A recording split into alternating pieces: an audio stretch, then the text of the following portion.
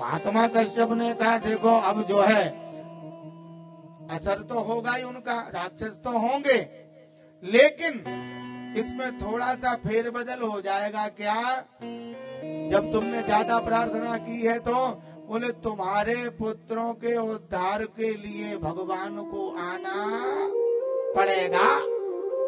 सो दिति थोड़े से मन में प्रसन्न हुई कि बोले तब तो ठीक है, हमारे पुत्रों के लिए भगवान आएंगे। अच्छा जी, एक और ध्यान देने वाली योग्य बात है यहाँ, ये जो दिति के गर्भ में बालक थे वो कौन थे? है सुखदेव जी के शब्दों में सुनिए, बड़ा प्यारा परीक्षित को कहा कि एतौ पार्षदो मह्यम जयो विजय एव च। ये जो माता दिति के गर्भ में बालक है ये कोई और नहीं है, तब ये भगवान के पार्षद हैं, जय और विजय। एतौ पार्षदो मह्यम। राजा परीक्षित ने पूछ लिया गुरुवर सुखदेव जी से, जब ये भगवान के पार्षद हैं जय और विजय, फिर ये राक्षस प्रवृत्ति में क्यों आ रहे हैं? कदर्थीम कृत्यमाम यदवो बहुवक्राता मतिक्रमम। ये फिर ये क्यों आ रहे हैं?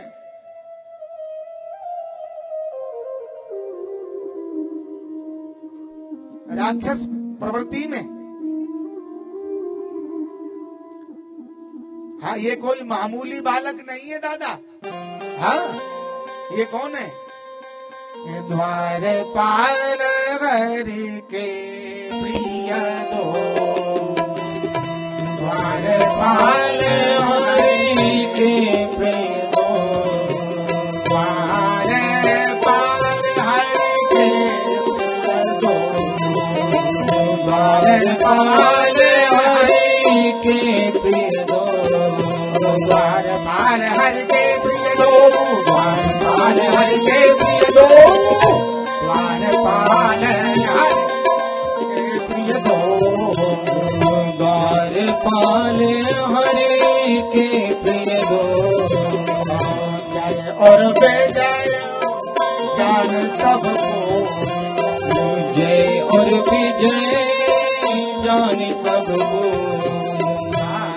द्वारपाल हरि के,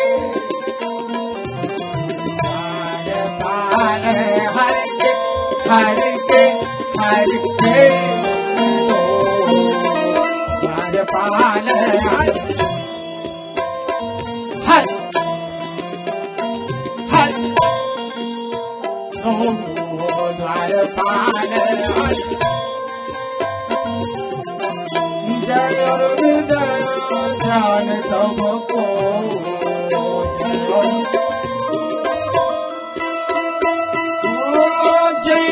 विजय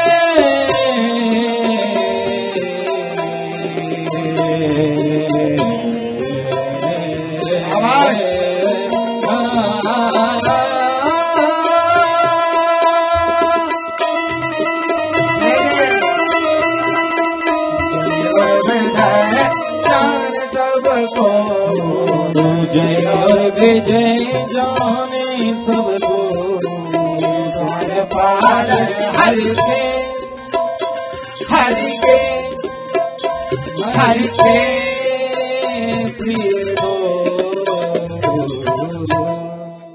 ये दोनों द्वारपाल हैं। तो महाराज पूछ लिया गुरुवर ये राक्षस क्यों बने? तो इसका विचित्र ध्यान देना, कारण बहुत अच्छा। और छोटी सी बात में मैं आपको निवेदन कर दूं, एक बार सनत कुमार चारों भाई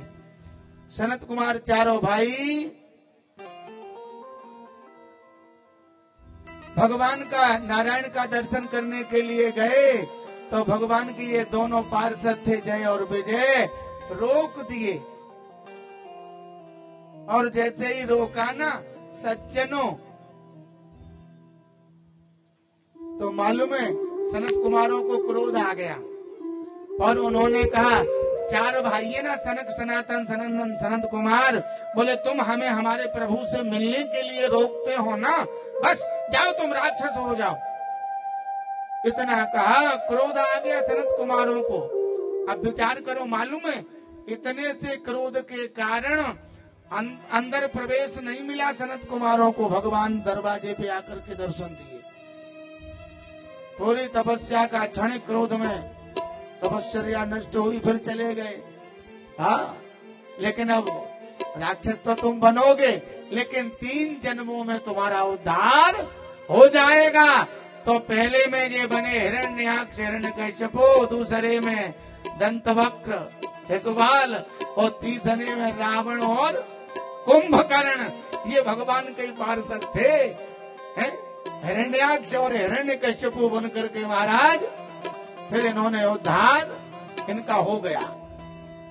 तो सज्जनों, बड़ी सुंदर बात, आज दिति के गर्भ से बालक हुए और जैसे ही महाराज 2, उनका नाम, एक का नाम हिरण्याक्ष और दूसरे का हिरण्यकश्यपु।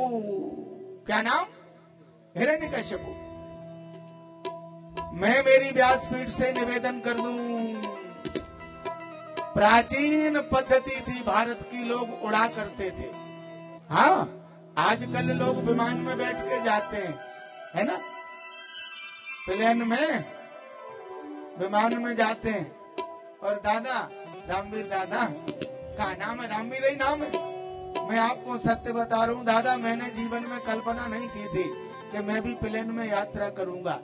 लेकिन हमारे एक शिष्य हैं भदौरिया परिवार दिल्ली में, तो उन्हें हमारी टिकट प्लेन की करा दी द्वारका तक। ये बालक आपका प्लेन की यात्राएं भी कर चुका है, लेकिन यहाँ किसी को पता नहीं। सत्य बता रहा हूँ, ऐसे ऐसे भक्त हैं। तो मैंने कहा, बोले नहीं गुरुजी चलना है। हाँ, द्वारिका गया था मैं दिल्ली से, भाई प्लेन बड़ी अच्छी व्यवस्था, और मैं पहली बार बैठा तो हमें डर भी लगे।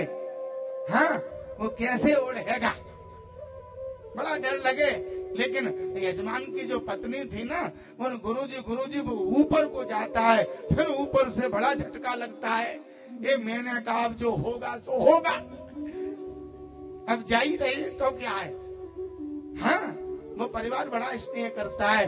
और मेरी प्रतिवर्ष कथा दिल्ली में शिव विहार में होती है, प्रतिवर्ष, और वो भी अभिवादन वाटिका में। हमारे चैनल पे भी मिल जाएगी वो कथा, उसका एड्रेस अभिवादन वाटिका। तो प्रतिवर्ष वो लोग कराते हैं, और हमारी कथा को भी वो लोग सुन रहे हैं। हाँ, दिल्ली में तो कम से कम 10, 25, 50 लोग सुन रहे हैं। हाँ, तो उन भक्तों के लिए भी जोरदार तालियां। हाँ, बताओ, चैनल के माध्यम से दूर से सुन रहे हैं, वो भी तो कहेंगे कि बोले महाराज हमारे लिए भी कुछ कह रहे हैं। एक बार भाव से बोलेंगे राधे। तो सज्जनों, बात पर आएंगे। सुखदेव स्वामी कहते हैं, परीक्षित सावधान। भारत की प्राचीन पद्धति थी, पहले लोग उड़ा करते थे। हिरण्याक्ष उड़ रहा है। कौन उड़ रहा है? हिरण्याक्ष। और महाराज इधर से आ रहे हैं कौन? नारद जी उड़ते हुए, बीना बजाते हुए। तो हिरण्याक्ष बोला, क्यों नारद जी, तुम खाली पीली बीना ही बजाना जानते हो क्या, फिर युद्ध भी करना जानते हो? तो नारद जी बोले, हिरण्याक्ष भैया, मुंह पे तो बीना बजाए वो आवे वो नारायण नारायण। मैया देख करके ये हिल जाता है तो बड़ा डिस्टर्ब हो जाता है वहाँ, है ना।